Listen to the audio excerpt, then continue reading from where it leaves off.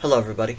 I'm doing another experimental topic, we'll say, icebergs. For those who don't know, icebergs on the internet are a collection of ideas or just about a certain topic. They generally consist of having the most well-known information at the very top with lesser known information as you go down into it. The best way to put this into terms is imagine it as if you're going down a rabbit hole of something with stuff you might know and that's familiar at the very top, but lesser known and unfamiliar stuff as you get deeper into. Today we're going to be looking into the H.P. Lovecraft Iceberg by Ralph Wolf 613. Whilst this iceberg doesn't have much of his work per se, it does have a lot of information about his personal life and things that he influenced. So without further ado, I'm your host, the Archivist, and let's get into it.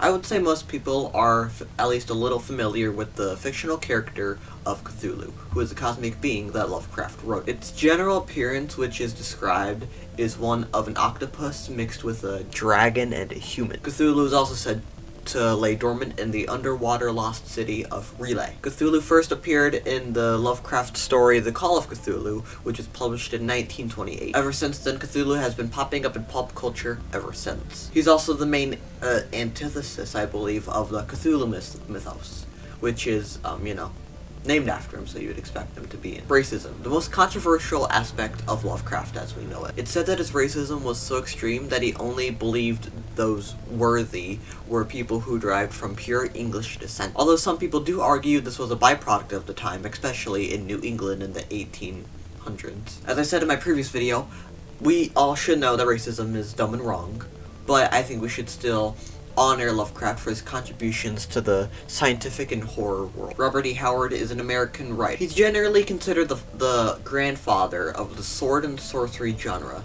as he wrote the very popular series Conan the Barbarian. Lovecraft and Howard conversed a lot in letters, and this led to Howard putting Lovecraft's elements into his work. Sadly, however, Howard's Zeus 1936 left Lovecraft sad and kind of lost for a little bit, because that was his best friend who committed to Zeus. The Necronomicon is another one of Lovecraft's most popular works, which has also appeared in pop culture. In his stories, the book was written in 730 AD by Abdul al-Hazred. The book is said to have the power to make the reader go mad, but along with this power, it has spells and incantations written in it, and even enough power to talk to cosmic beings themselves. Lovecraft died very young, at the age of 46 on March 15th, 1937, from colon cancer. Edgar Allan Poe was a writer of mystery and macabre-esque stories. Edgar Allan Poe was a big inspiration for Lovecraft when Lovecraft was writing his cosmic stories. As we'll learn about later, Lovecraft even wrote a poem about Poe. Lovecraft's full name is Howard Phillips Lovecraft, which not many people might know, as he's mostly referred to as H.P. Lovecraft. When Lovecraft was a small child, his father suffered a nervous breakdown, which sent him to a hospice. His father would stay there until 1898. Lovecraft's father would die of paresis, which is a symptom of syphilis. Most of Lovecraft's stories were adapted from dreams he had had. Some of these stories is The Call of Cthulhu and The Statement of Randolph Carter, just to name two. Relay is the underwater lost city which first appeared in the Call of Cthulhu story. It's also where Cthulhu essentially lives. The underwater lost city is said to be somewhere in the South Pacific. The worshippers of Cthulhu chant this whole phrase. I'm not going to try to pronounce it, you can have fun with that yourselves.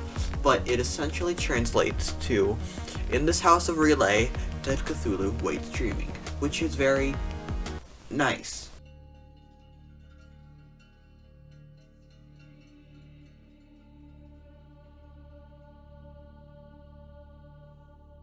Guillermo del Toro is a filmmaker, most notably for making Pan's Labyrinth, The Shape of Water, and Pacific Rim. Toro is a big fan of Lovecraft and has tried many times to get his story, At the Mountains of Madness, adapted into a movie. However, the movie has been turned down because of his demands, that being of $150 million budget and also its similarities to the movie Prometheus. Jeffrey Combs is an American actor who's most notable for being in a lot of Lovecraft's adapted works. Combs played Herbert West in the movie Reanimator, which is based off of Lovecraft's story, Reanimator. Weird Tales is a pulp magazine which Lovecraft most notably published his stories in. Other writers also published their stories in it, like one of Lovecraft's friends, Robert E. Howard. A term coined by August Derleth, this is referring to the grand mythos and all the cosmic beings that were made. This mythos, of course, has Cthulhu in it, but it also has other cosmic beings of Lovecraft's, like Nyarlathotep.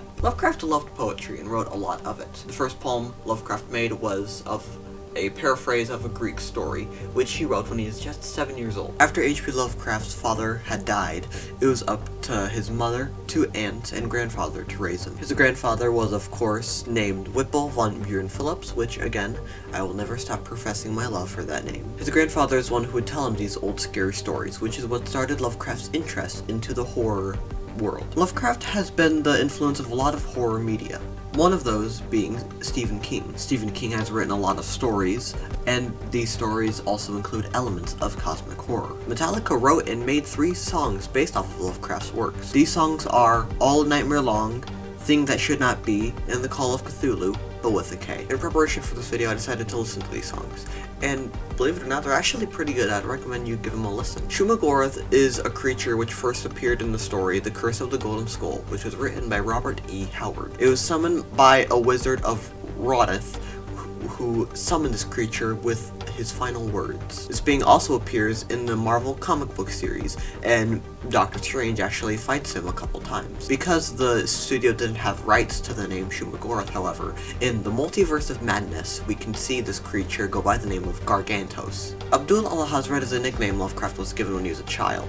This nickname must have stuck with him into his older life, as Lovecraft would use this pseudonym to write the infamous Necronomicon in his stories.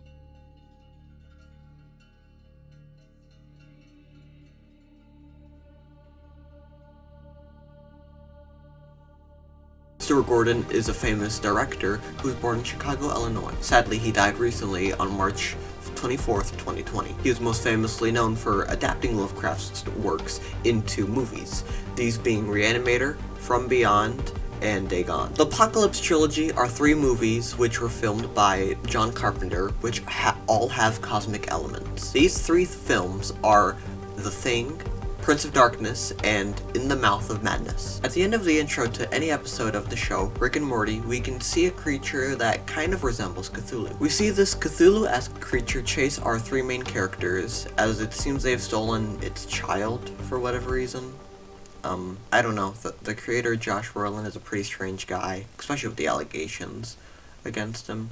But, you know, you do you, man, I suppose. When Lovecraft was in high school, right before he was able to graduate, he had a nervous breakdown, and this compelled him to leave school without a diploma. Because of this event, it would cause a lot of shame for Lovecraft, especially in his later life. Lovecraft was what people call a prodigy child. At age 2, he was reciting poetry.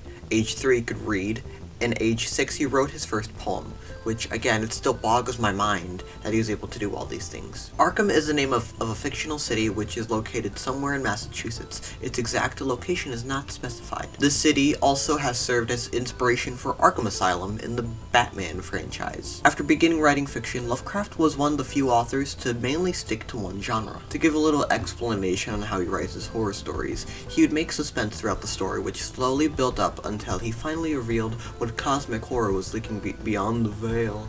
At least, you know, I think he did that. I have a hard time reading his stories. They're very compact, like sardines. August Derleth was one of the people who were in the circle of Lovecraft, and he was also one of Lovecraft's proteges. He is mostly remembered for forming the publishing house of Arkham House, which was to publish Lovecraft's works. Derleth also wrote the Sac Prairie Saga. Some Repetitions on the Times is an essay Lovecraft wrote, where he explains his ideal political system. In the essay he writes, he is a big advocate of government distribution of resources, shorter working hours and a higher salary, unemployment insurance and old age pensions, and also highlights an importance of power to be restricted to those who are educated and intelligent enough. Also, when Lovecraft wrote this essay, it was much later in his life, which was also around the time where his racism kind of toned down, as he was more focused on political topics.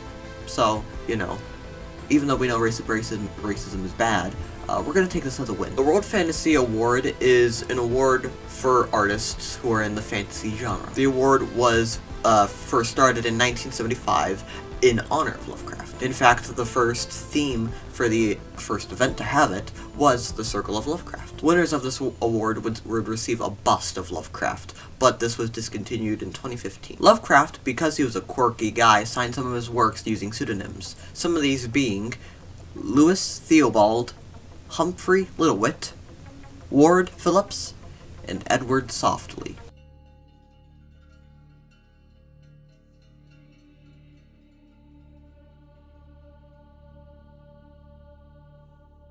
Where Poe Once Walked was a poem which Lovecraft written, and it's the poem I mentioned earlier on.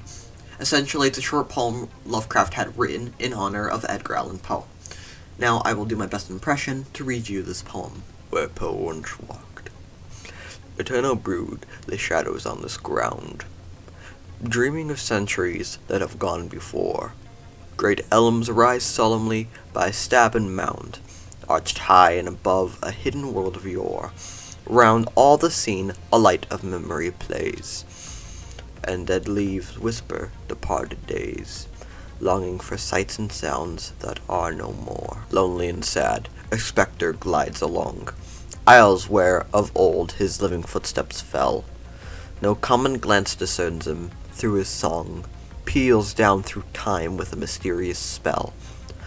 Only the few whose sorcery's secret knows, Ebsy, amidst these tombs the shade of Poe. The being which is known as the Mind Flayer is originally from Dungeons & Dragons. The appearance and characteristics the Mind Flayer has is similar to a lot of Lovecraft's creatures. However, most of you is probably going to know the Mind Flayer from Stranger Things. Lovecraft was a young child at the age of 13. He became a fan of good old detective novels, and was so inspired, in fact, he formed the Providence Detective Agency with a few of his friends. However, Lovecraft would eventually just get tired of doing it, and would go back to reading books. Later in Lovecraft's life, his stories became more longer and more complex, which made them pretty difficult to sell. This means, in his later life, his main source of income was through ghostwriting and proofreading of others. Hellboy is a comic character which was made by Mike Mignola for Dark Horse Comics. And the 2004 movie adaptation of the comics, which was directed by Guillermo del Toro, in which Hellboy has to stop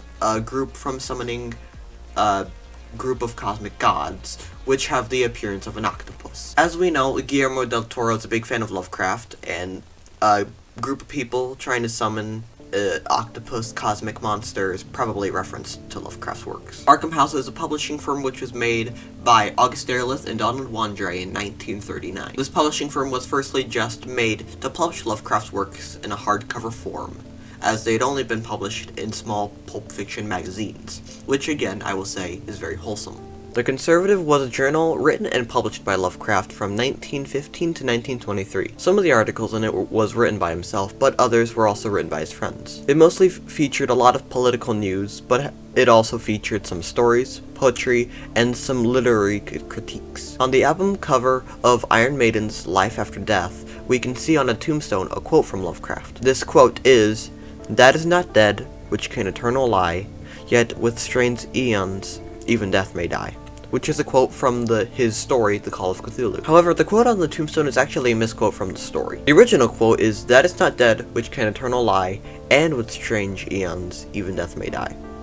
The only difference is that they changed the "and" to a "yet." In my personal opinion, I highly doubt that this was intentional, as they might have just got it wrong.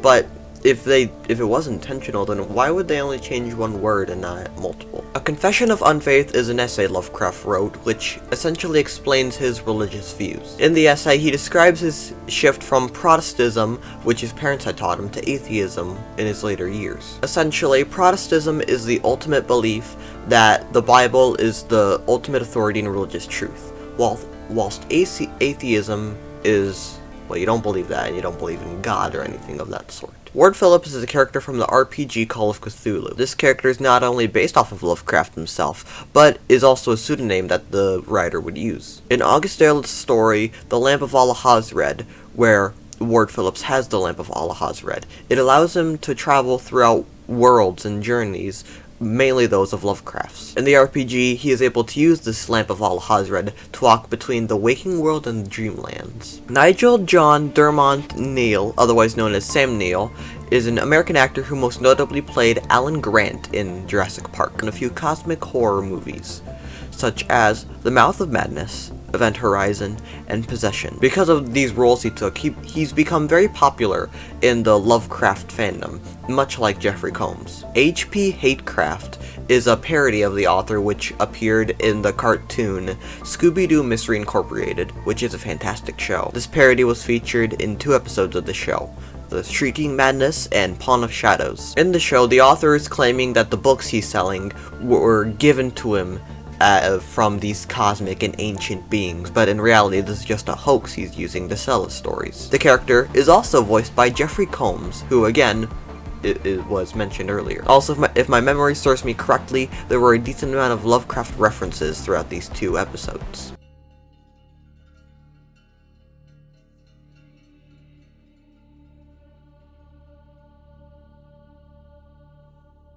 Howard Lovecraft and the Frozen Kingdom is a bit strange. It's an animated film which was made in 2016, which follows a child version of H.P. Lovecraft, who ventures into a frozen realm which features a lot of creatures from his works. I suppose the film was so successful that it actually got 2 sequels, one made in 2017 and one in 2018. Its cast even had a bunch of popular names, like Ron Perlman and Christopher Plummer. This movie had a trilogy made, and there's a lot of games and other movies which don't have a trilogy, like Half-Life.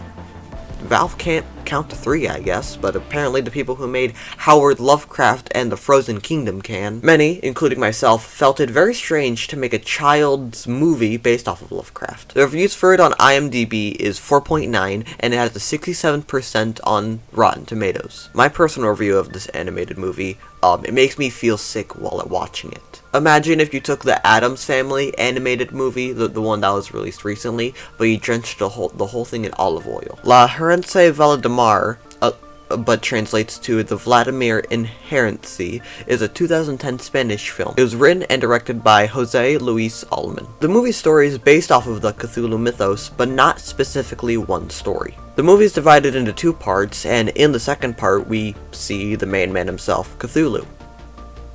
I'm not sugarcoating it, it's literally just Cthulhu. The movie was rated pretty poorly in reviews, having a 5.5 on IMDb, and literally none on Rotten Tomatoes. Night Gaunts are another one of Lovecraft's creatures he made. These beings first appeared in his story, The Dream Quest of Unknown Kadath. These beings are mainly described as black and slender humanoids with wings. They're also faceless and have armored skin. In this nightmare he was taken by a black being and then was sent flying over the city. The scariest dream I had when I was a child was a penguin following me like a weeping angel from Doctor Who, and that terrified me.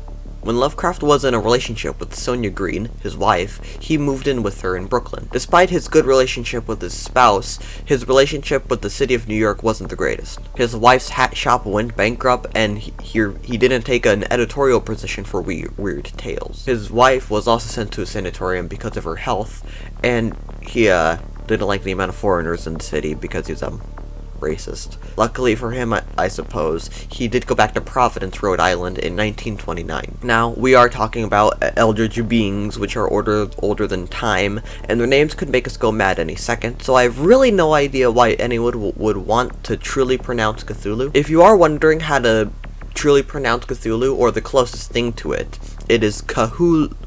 I say this is closest because Lovecraft mentions this in his letters. In one of Lovecraft's letters, he mentions that the names of his gods aren't supposed to be pronounced, as, again, they can make you go mad. Their names are supposed to be inutterable, and only to be said by the beings themselves. Although, I suppose each one is fine. If you want to go I can't pronounce it. Or if you want to go Cthulhu, either one is your fancy. Thalassophobia is primarily the fear of big bodies of water. Lovecraft also had this fear of the water, which probably explains why some of his creatures come from the water. Now, if you want to believe it or not, Lovecraft was actually a pacifist. Despite Lovecraft being a pacifist, He believed, because of his disbelief in humanity, that war would accompany humanity till its bitter end. Lovecraft even wrote a poem about pacifism in a war song. When Lovecraft was 37, he became emo and a depressed boy. In his solitude-esque nature, one of his frequent habits was walking through a graveyard late at night, which makes sense because, again, he was a depressed emo boy. When Lovecraft was a child, he was diagnosed with this,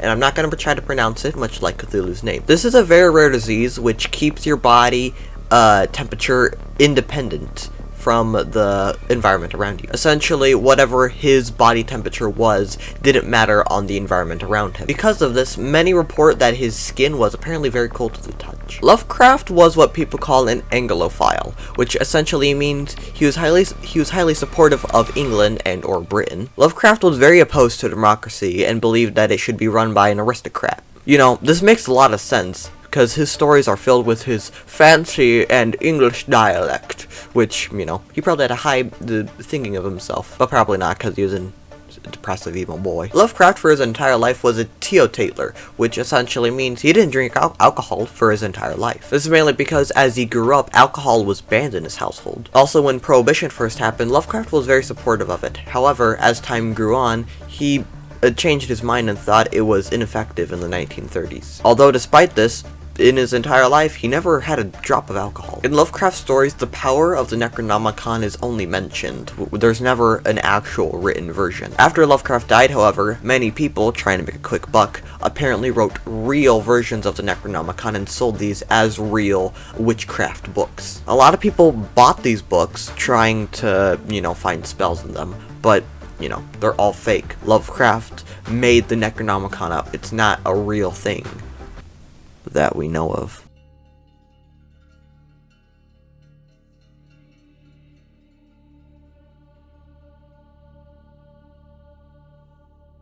Lovecraft apparently hated light, and because of this, he did a lot of his things, like going out on walks and reading at night.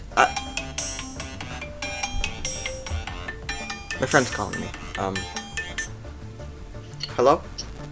Oh, hello. I have a question for the Archivist. Yeah? I'm dying to know this question. What is the name of H.P. Lovecraft at? Okay, so bear with me. So we all know Lovecraft was a racist, and when he was a small child, he owned a black cat. Okay, now bear with me.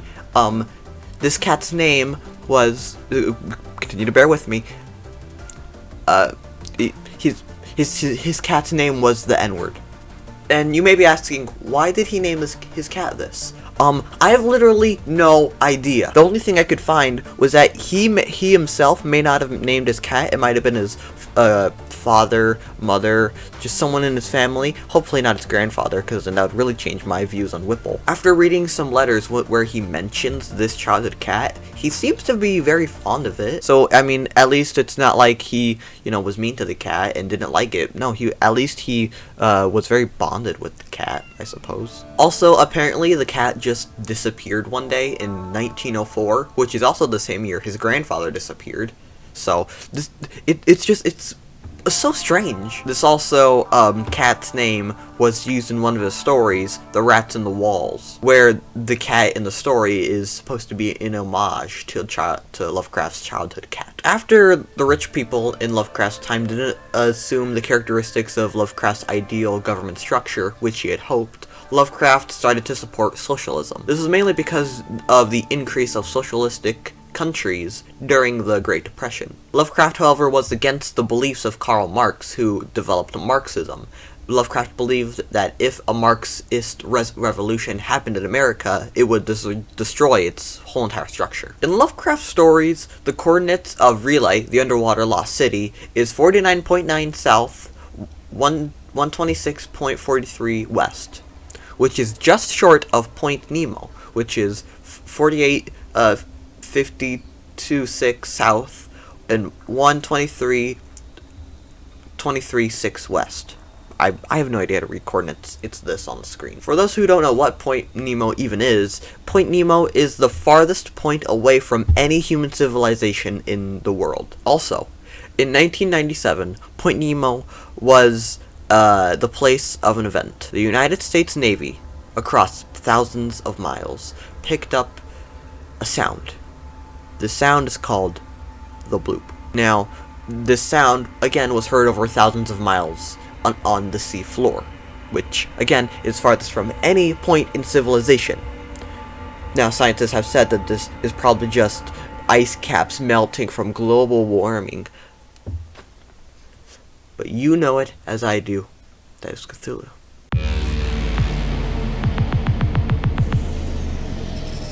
This final entry, final theory on this iceberg is one that I made myself.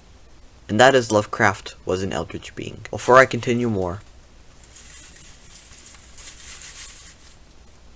now we can get into the theory. Let's recap all of the evidence that I've told. First piece of evidence, his skin was cold to the touch. Now, again, this was apparently because of the rare disease he had. But could this also have been that he just wasn't human at all? Also, most of his stories were apparently from his dreams or nightmares that he had. Now, what's more plausible? That he dreamt up all of these weird and fantastical ideas, or that his dreams were actually sent from him from another world and time. Now, Lovecraft also died at a very young age, but that isn't common in the early 20th century. But was this from just cancer, or was this from the outer gods seeing the truth that he's trying to tell and stopped him before he could say more? Lovecraft was also, again, what they call a prodigy child. Was this because he was so smart, or was just his mind so out of this world and unbelievable that we can't comprehend, and so all of this human technology was just trivial for him? Lovecraft also didn't receive his diploma. Is this because he had a nervous breakdown, or was it just because he didn't want his cover to be blown? Lovecraft also had thalassophobia. Is this just because he knew that Cthulhu was lurking in our ocean? Lovecraft also loved solitude and loved doing things at night. Is this because his eldritch senses were more powerful at night? And also at night people couldn't see his dastardly deeds that he was doing. And all of this by themselves is not including that he predicted Point Nemo, which is a sound that was heard throughout thousands of miles in the ocean. Now, I could simply leave this theory here and say, alright, well done. All this evidence supports that he was an eldritch being. However, I went through the trouble and tried to see what exactly of the beings that he made that he is. With all of my evidence and all of my theory-making prowess, I've assessed what exactly he is. It is in my opinion that Lovecraft is a being from the great race of Yith. To give a short summing up of these beings, essentially they can mind swap other creatures and essentially are able to project their minds far through time and space. The culture and beliefs of this great race, as it's called, is very similar to Lovecraft's own. Essentially, they believe that only the most powerful and educated should rule over them, and they also essentially believe in socialism too. Another part of their culture is amassing as much knowledge as they can whenever they do swap minds. When they do swap minds, the being that they were in previously is swapped with the person that they swapped, and then is interrogated about their culture. Now, to put this whole entire theory in a bow, let me explain it to you. In the stories about the great race of Yith, they swap minds to save themselves after their homeworld is attacked. We know that in the story they also go to a very old version of Earth. But what if one of them made a mistake and actually accidentally went too far into the future? What if in the 1890s they swapped minds with a child, a little baby, Howard Phillips Lovecraft? As Lovecraft grew up, he grew up with all of this knowledge and memories of beings and architecture that he couldn't wrap his mind around. And so, to try and see if he was the only one, and if he wasn't alone, and if there were other beings, he decided to publish these stories and tell these stories to see if he was truly alone or not. However, after publishing its tales and weird tales, it saw that it was alone. But I like to think that throughout its life, it had ideas and hope that it wasn't the only one. And so, in its last few decades, it decided to tell its whole entire truth, to tell all of these stories as they were, which is why his stories towards the end of his life became so complex, because they were more truthful about what the elder gods really were. Now, of course, my theory is full of holes, probably, but I like to think it's true. If there's any topics you think I should cover next time, or if there's any things you think I could improve about my videos, please leave it in the comments below. Thanks again to RalphWolf613 for making this iceberg. I had a lot of fun covering it. Also, thank you to my friend for calling me up on my phone and asking me about Lovecraft's cat name. I totally appreciated it. Hopefully my rambling towards the end was coherent enough to get through to you the point that I was trying to go across. Nevertheless, I thank you for watching this video. If you'd like to see more of my content, please subscribe and give this video a like, as it means the world to me. Have a good day or night whenever you're watching this video. But I've been your host, the Archivist. Thank you again for watching.